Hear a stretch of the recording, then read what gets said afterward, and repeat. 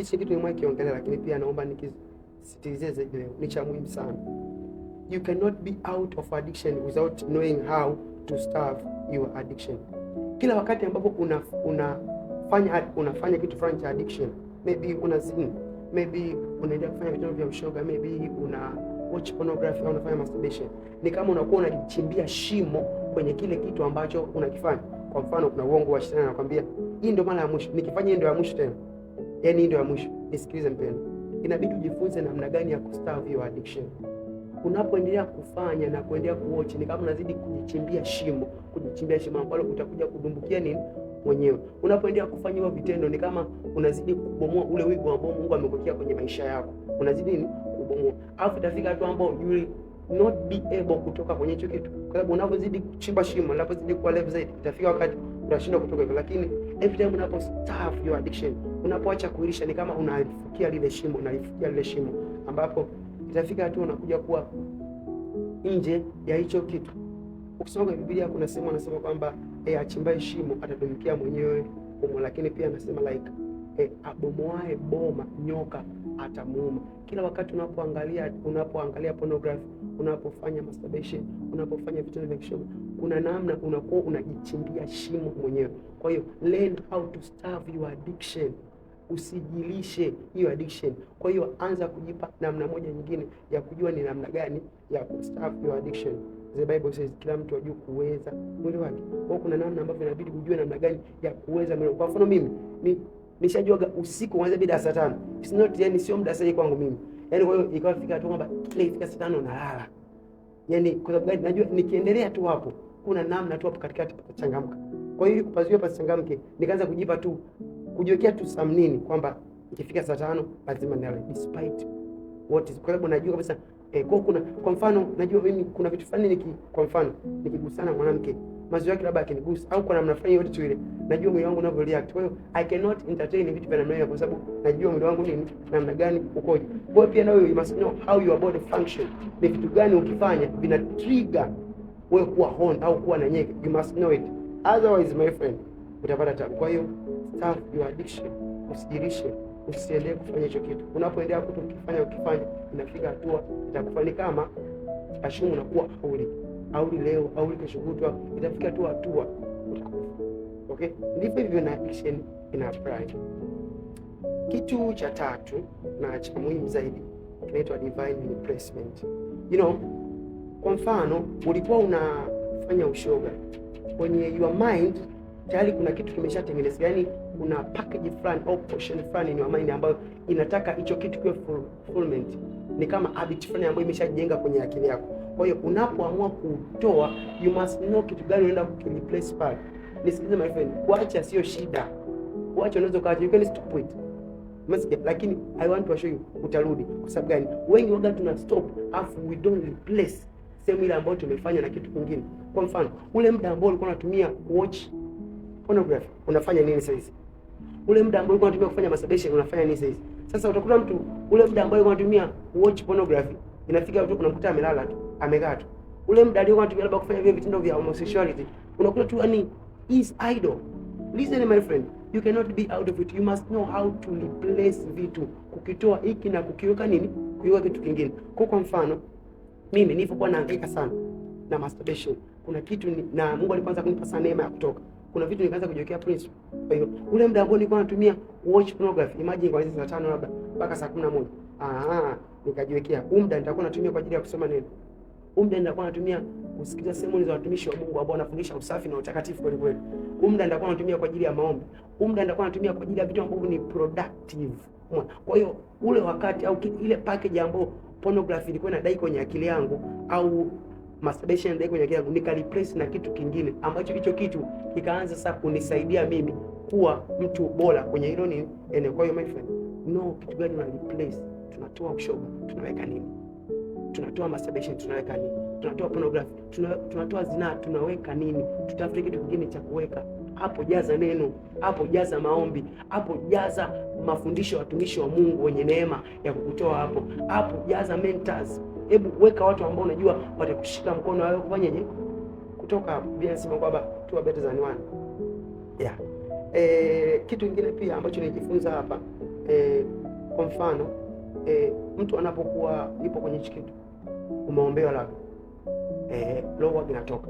Kwanza roho inatoka, lakini kwa nini mtu kwa mfano ikifika hatua fulani anarudi tena hapo?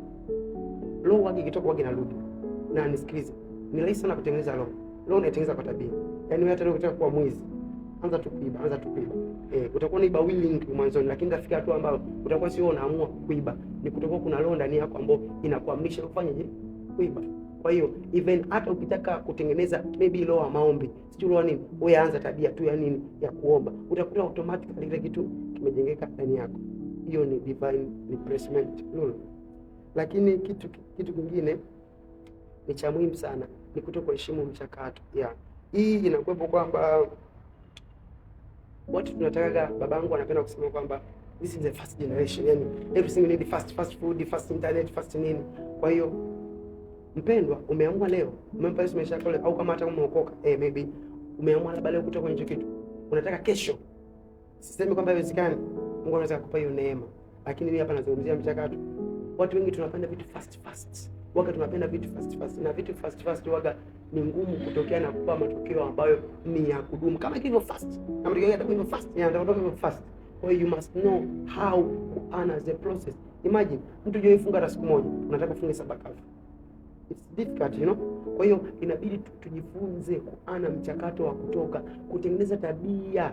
Yaani mpaka hiyo tabia imekuja, ulichukua muda fulani kuitengeneza. Lakini pia kwenye kutoka inabidi tutengeneze mchakato hapa ambao ni wa kuitoa hiyo tabia. Haitatokea tu over sudden. Kwa mfano kuna jina wangu mmoja leo alikuwa anasumbuka sana zina. Akanitafuta akaniambia, "Mzee, hivi kwa nini ninakuwa nina mawazo ya zinaa yanakuja sana kwenye kichwa? Nimeamua ku move on." Lakini nikwambia kitu cha kwanza ambacho inabidi ukijue kwamba you must know how to replace mawazo mabaya na mawazo mazuri yanapokuja. Yaani mawazo mabaya inabidi replace na mawazo mazuri. A good example ni kwa mfano, uwezo kumzuia ndege kupita juu ya kichwa chako, lakini uwezo kumzuia ndege kujenga kiota juu ya nini, ya kichwa chako. Ni kama hivyo, uwezo kuzuia wazo baya eti wazo la zinaa kuja kwenye kichwa, uwezo kuzuia, yaani una uwezo, ila unaweza kuzuia kuto kuliwaza hilo wazo. Yaani kwa mfano limekuja kwenye akili yako wazo la zinaa, wewe sasa ndio una ability na una nguvu ya kwanza no, sitaliwaza hilo wazo, tawaza kitu kingine.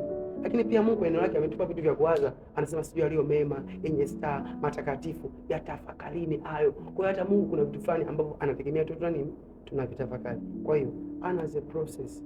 Tunaposema maybe omba, maybe jifunze, maybe labda soma neno, maybe kaa chini ya watu fulani, hiyo wote ni mchakato wa kukuchakata wewe, kukutoa kwenye hiyo tabia na kukuweka kuwa nini, mtu bora ambaye utakuwa nini. Kwa hiyo usidharau zile hatua ndogo ambazo unapiga.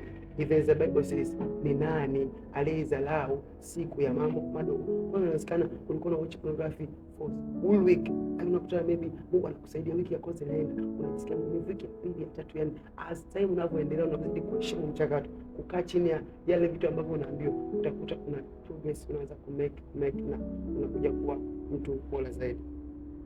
Lakini kitu cha mwisho kwa leo ni vingi, lakini kwa leo ni kwamba kitu kinaitwa mind programming.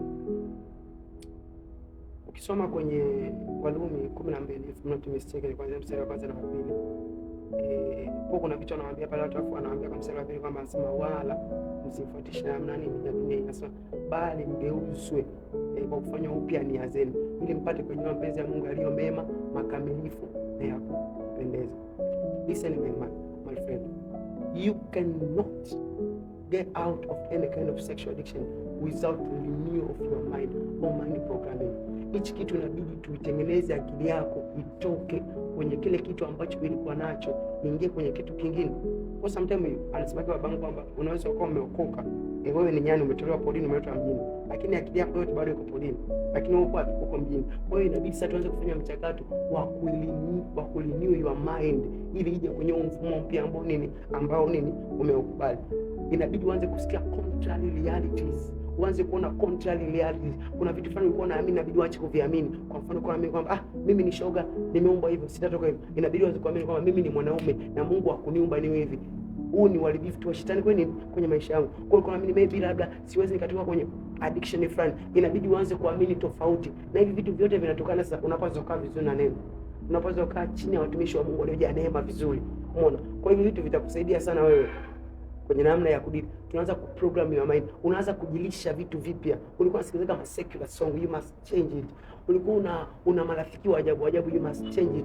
Ulikuwa yani kuna vitu fulani au vipi, heshima, mambo ya ibada, mambo yenyewe ulikuwa ya heshima, inabidi uanze kubadilika. Hivyo vitu vyote unavyofanya unaanza kuprogram your mind, au unaanza kufanyaje, kurenew your mind. Na unapoanza kurenew your mind, kuna vitu vingine automatically vinaanza kutune in. Kwa mfano mimi nakumbuka kabla sijakutana na Neema na kukutana na watumishi wa Mungu ambao wamejaa neema ya kunisaidia hapa. Yaani nilikuwa naamini kwa mimi kweli kutoka hapa sitaweza.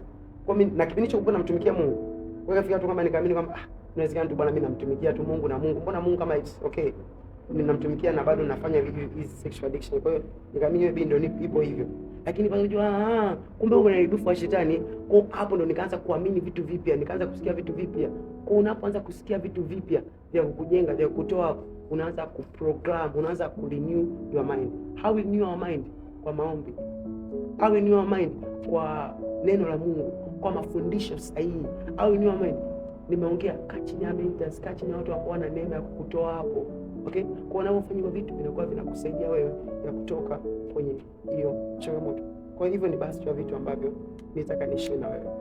Nakupenda sana. Have a good day.